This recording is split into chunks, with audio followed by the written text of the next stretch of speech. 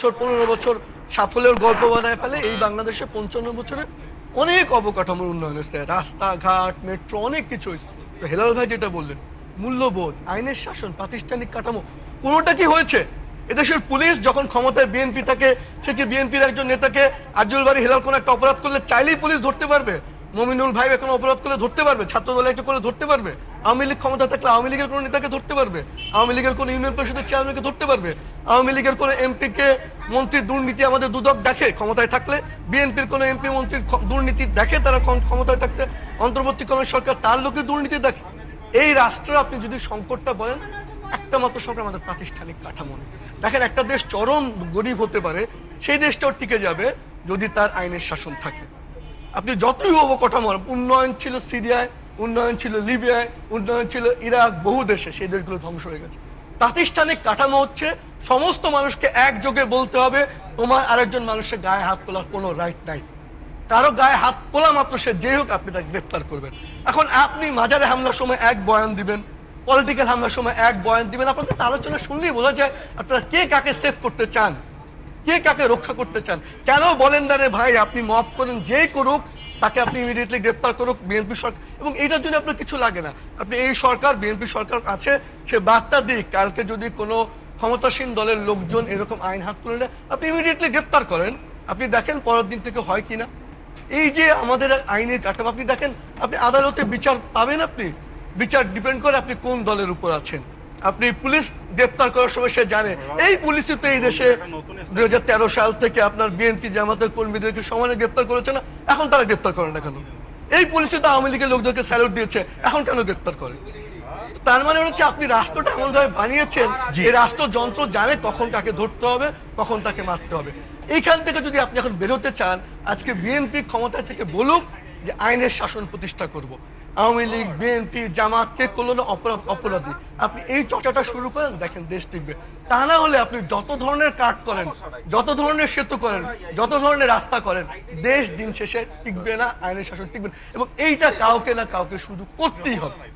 আপনি যে কোনো এক দেশের প্রধানমন্ত্রী কাউকে না কাউকে এই দায়িত্ব নিতেই হবে যে আমি আইনের শাসন করবো। এমনকি আমি একটা কথা বলি, আপনি রাষ্ট্রের প্রধানমন্ত্রীও বলতে পারেন না এই ঘটনায় মৃত্যুদণ্ড রায় হবে, রাষ্ট্রের প্রধানমন্ত্রী বলতে পারেন না।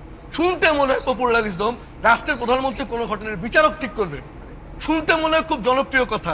এবং আমাদের খুব ভীষণ দুঃখ, আমি বলি, শান্তিতে নোবেলজয়ী ডক্টর ইউনূস, আমরা ভেবেছিলাম তিনি রাষ্ট্রে আসার পর এই রাষ্ট্রের ইতিহাসে শিক্ষকদের অমর্যাদা, মানুষকে পিটানো, যে সংস্কৃতি হয়েছে এই দেশের সমস্ত রাজনীতিবিদ, আমরা এখন বুঝি যে সবচেয়ে খারাপ রাজনীতিবিদও কোনো অনির্বাচিত সরকারের চেয়ে ভালো।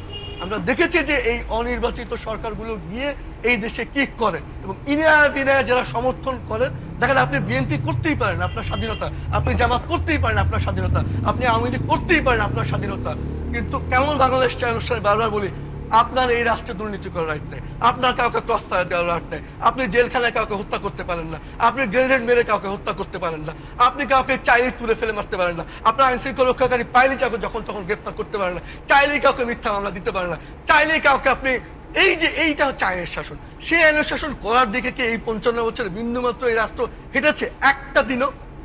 দুঃখজনক হচ্ছে 1971 সালের 16 ডিসেম্বর থেকে আজ পর্যন্ত এই রাষ্ট্র একদিনের জন্য এমনভাবে হাঁটেনি যেদিন আমরা আইনের শাসন দেখব। কিন্তু আমাদের তরুণরা, মুক্তিযুদ্ধ বলেন, 52 ভাষা আন্দোলন বলেন, যত কিছুই বলেন না কেন, আমরা কিন্তু চেয়েছি একটা সুন্দর বাংলাদেশ, যে দেশ আইনের শাসন থাকবে। বিশেষ করে শুধু সিঙ্গাপুরকে উদাহরণটা দিয়ে, কথা আমি প্রায় বলি, লিকুয়ান যখন 1965 সালে সিঙ্গাপুরের দায়িত্ব নেন, মালয়েশিয়া সিঙ্গাপুরকে বের করে দেওয়া হয়েছে। লিকুয়ান ক্ষমতা এসে কি বললো? সে বললো আমি এই দেশ ঠিক করবো কি দিয়ে? সে বললো প্রথমত আমি দুর্নীতির আত্মীয়করণ করবো, দ্বিতীয়ত কি করবে সে? আমার রাষ্ট্রের পুলিশ, আমার রাষ্ট্রের প্রশাসন, আমার রাষ্ট্রের আইনকে আমি এমন করব যে এইখানে সাধারণ মানুষ সর্বোচ্চ সেবা পাবে, কোনো দল দেখবে না।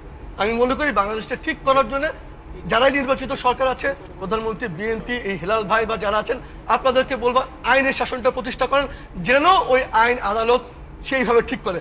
এই যারা আমাদের টকশোতে বসে কথা বলে, এই রাজনীতির পথ পদবীর নামে এত ভীষণ নোংরা কথাবার্তা বলেন, ইনায়া বিনায়া মবকে জাস্টিফাই করেন, ভীষণ দুঃখজনক। মনে রাখবেন, গোটা পৃথিবীর সব সম্পদ দিয়ে একজন মানুষের বাঁচা যায় না, এবং আল্লাহ তাআলা কোরআনে বলতেছে কেউ একজন মানুষের জীবন বাঁচাইলো, সূরা মায়েদার 32 নম্বর আয়াত, সে পুরো পৃথিবীকে বাঁচাইলো। আর যে একজন মানুষকে হত্যা করলো, পুরো পুরো পৃথিবীকে হত্যা করলো। পৃথিবীতে মানুষের যে মূল্যবান কোনো কিছু হতে পারে না।